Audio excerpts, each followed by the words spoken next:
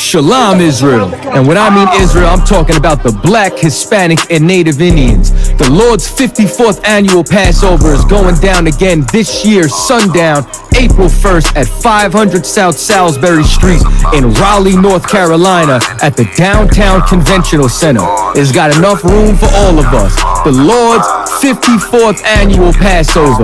Last year, brothers and sisters showed up from all over the world, rocking ancient garments and glorious apparel in order to serve the Most High in Christ.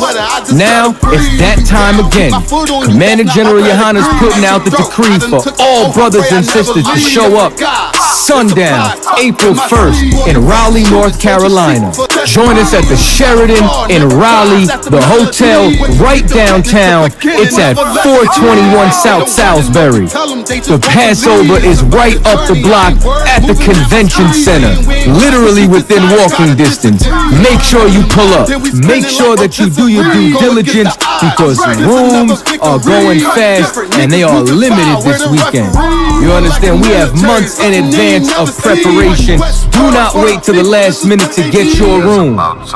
The Lord's 54th annual Passover, Saturday, April 1st in Raleigh, North Carolina. Join us there. It's about time, sending curses to them enemies.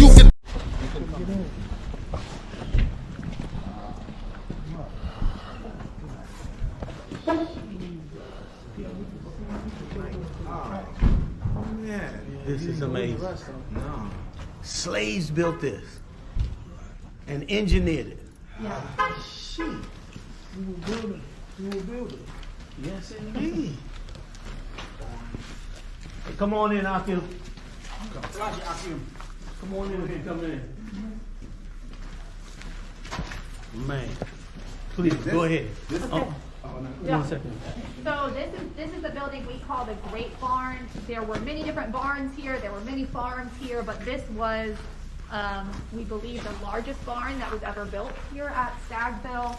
It was said to be one of the largest barns that had ever been built in the area when it was completed. And this building was built in 1860. So it's built just 4.5 years or so before emancipation. And we do believe that it was built entirely by enslaved builders and craftsmen from this site. As I'm sure you can tell from looking at it, this just would have been a massive building project in this time. You can see obviously the tool marks and the timbers. This entire building is timber framed, so these large timbers are held together without any nails or screws or metal attachments. It's basically, you know, the wood has been almost custom carved to lock together. Wow. And then there's individual wooden pegs that are carved to fit every joint together. It's an incredibly strong, obviously, building technique. And even the enslaved men who cut this timber and moved it here would have had incredible knowledge and skill, because you can look at the size of these timbers and imagine the knowledge that it took to lift and move these beams with only ropes and pulleys and, you know, maybe a few teams of mules hauling. Right. The longest timber in this building is this one that's over our heads. It's a single piece of wood, a single tree, all the way from the end there to right here over my head. Wow. And of course, the tree that timber came from was much, much, much bigger before it was cut down. And even how they slotted it. Yeah. That's a perfect shot right there, where they slotted it and how they pegged it. No nails. And then you can see they actually used pressure. They used a wedge driven into the middle there to push against itself to make it even stronger. Wow. Yeah, exactly. So these were not dummies. Nope. They knew their business. Yeah, we definitely see this building. We see this building as such a clear reminder that a lot of times when we talk about slavery, we talk about the way that the institution of slavery took physical labor from people, but this building is such a reminder that the institution of slavery was profiting not just from the work of enslaved people's hands, but also from the work of their minds, right? This building shows the ingenuity, the expertise, the skill, the craftsmanship, the experience of the people who were here, and that was also being taken for profit, right? In this building, in this place too. I'm sure that they, you can correct me if I'm wrong, but I would assume that they took slaves to other plantations and utilize them for their skills in other ways and building other buildings. And boy, oh boy, slavery is a good business. And if you don't mind me asking also to the type of animals, was it animals or people Oh yes, who lived here? this was a stables for animals, and it was mules. So working animals that were pulling plows, pulling carts and wagons. There were mules stabled here in this particular building. Yeah, Like could be one of the trucks that or you know something. exactly. Them mules was big. How did they Yeah. for the head to even go over that truck? That's right. Yeah. They had to sit up pretty good, and Yeah. I'm sure they got taken care of because, of course, they were plowing all the 50 square acres. The mules had to be taken care of. Yeah. Otherwise, if that mule ain't working, guess who be working? Yeah, You oughta pull, work. you pulling that plow. This is a hand plow right here, I think, right? Yeah. Yeah, these are both plows here. Those bent tips are for you to Push. use your hands Yeah. on. So they were connected to the mule, and you Yes. had your hand on it, and Oh, I see. The little mule pull. behind pulled it, it, but exactly. you walk behind it. Okay. Yeah. This is crazy, man. This is something to see. I would not be shocked if the man them who was taking care of it, if they stayed on top, because they won't put the mules on top there, right? That was hay. No, that would have been, probably storage and hay and feed for the animals, exactly. And what was this device up here? So this top story up here, the floor that's up over our heads, that would have gone all the way across, and this would have been like a giant hayloft up there. Okay. And that is a winch mechanism that was used to raise heavy or bulky things up to the top story. So there would be ropes and pulleys, and a man would stand on each side and turn those handles and lift up a load of hay or anything else that had to be raised up to the top part of the building. And let me tell you something, man. This is something, because this means when we got off this plantation, our minds were destroyed. Yeah. Because why haven't we built things like this since then? Yeah. Why haven't we come together and done, 10 times more amazing? Right. Instead, we ended up on drugs and destroyed and in prison and a whole different kind of life. This is incredible. Make it Like, think. everybody got to see this.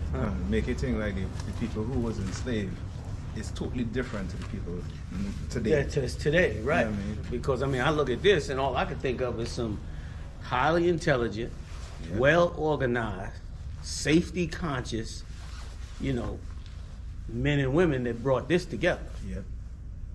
You know what I mean? Like, this is, That's great. like, once again, they took pride in getting this done.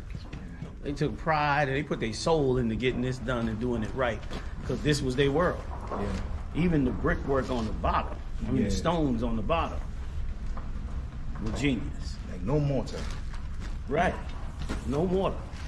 Like you wrote out earlier, they kind of fitted them in together to make it work. Exactly. So you can imagine when you read in the Bible where they talk about when they all tell it to go get stones and build the altar. That's right. How they went and Unhewn altar, stone yeah, I mean, like, and put it in there. yeah. That's it. That's it. Like, boy, oh boy. Like, I don't need to go to Mecca. Nope.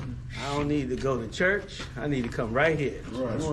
You want to learn about God, you come right here and see this level of suffering and understand how precious life is. And you will follow what God said. You will never want to be a drug dealer after this. You will never want to live a life that this world has got us living after you see this. Not if you got any good intelligence. You know what I mean? This is supposed to be super motivation for you. Yeah, I got think of that too. Because more likely that way you find rakes and them come from. Right. Is that wood? Yeah. Oh, it's wood. That's what he hear. This was worth 10 times that. You know what I mean? Man, what you gonna do, man? Like, this supposed to be, you supposed to want to build something after this. You wonder why we coming together April 1st from all over the country, all around the world, and coming together in brotherhood and righteousness, because we got to get this in us now. Like, this needs to be in us. That's right. You know what I'm saying? Like, this was in there under force. Now, you under, yeah, he got the watch. Now that we still under the same, everything that was described in these spots is going on with us right now today. Okay. So, we got to do what they did back then for us. That's right. As simple as that. Look at this. I mean, no nails. You running at Home Depot trying to get a box of nails. You slow on the game. They Home Depot. You bring one of them brothers back from the past. Home Depot. Yeah. Clock. We in there. No nails. Which they know too. Them nails, Yeah. more than likely is the oppressor. Making more money. Yeah, but who can't do this? Yes. You understand what I'm saying? He can't do this, and in his mind, nails are better. But this structure here stands for how long? Since the 1800s. You know what I mean? Good night. Which means we had engineers. Yeah. We had people who could. With top skills. Yeah. Well, what happened? They played us out. They played us all the way out. And that's why it may not be cool, it may not be sexy to just come together in brotherhood, to give way to your brother, to forgive your brother. That might seem soft, but that's what they did and got here. Well, this whole, you got to get it, you got to be cold, this, that. Oh, it sound nice, right? It sound good, you know what I'm saying? But what's the reality of it? It don't really work. It don't really work. What works is what Christ prescribed to us. You know what I mean? The law hang on two things. Love the Lord with all thy might and love thy brother as thyself. Now that's hardcore. That's right. That's manhood right there. That's how you get something done. You know what I'm saying? That's what makes us amazing, man. I ain't If I could, sir, Please. I just want to read this as a quote from a slave that actually lived, who was born on the Stagville plantation. Okay. And he continued to live here. And he spoke upon it. Yeah. it Who? was I in, know that's gold. I'm sorry. I'm just slave checking this narrative while we're doing it. that they did in the early 1900s. He said, we didn't have any horses to haul with. We used oxen and ox carts. The horse and mules was used to do the plowing. When the Yankees came, they didn't do much harm. Only they told us we was free niggas. But I always feel like I belong to Massa Paul. And I still live at Stagville on the old plantation. I has a little garden and does what I can to earn a little something. The Lord done fixed it so now that I will get a little pension. And I'll stay right on. I'll stay right on in that little house. That's every brother in the projects right there. That's Count. Every brother in the projects right now. Go ahead. I'll stay right on in that little house till the good Lord call me home. Then I will see Master Paul once more. Man. Say he see Master Paul once more. Shalom, Israel. And when I mean Israel, I'm talking about the Black, Hispanic, and Native Indians. The Lord's 54th annual Passover is going down again this year, sundown, April 1st at 500 South Salisbury Street in Raleigh, North Carolina at the Downtown Conventional Center. It's got enough room for all of us. The Lord's 54th annual Passover. Like anything, if you want to accomplish anything, especially in the truth of the Most High, you warn against all the spirits that would like to see you destroy it and like to see it fail. But through the grace and mercy of the Most High, great men have stood the test of time to create great things for the Most High. And this is no different. This is no different. This is a war and a battle to bring this truth where it should be. And boy, the men and women in this truth are continuing to do an amazing job. So I'll see y'all out there.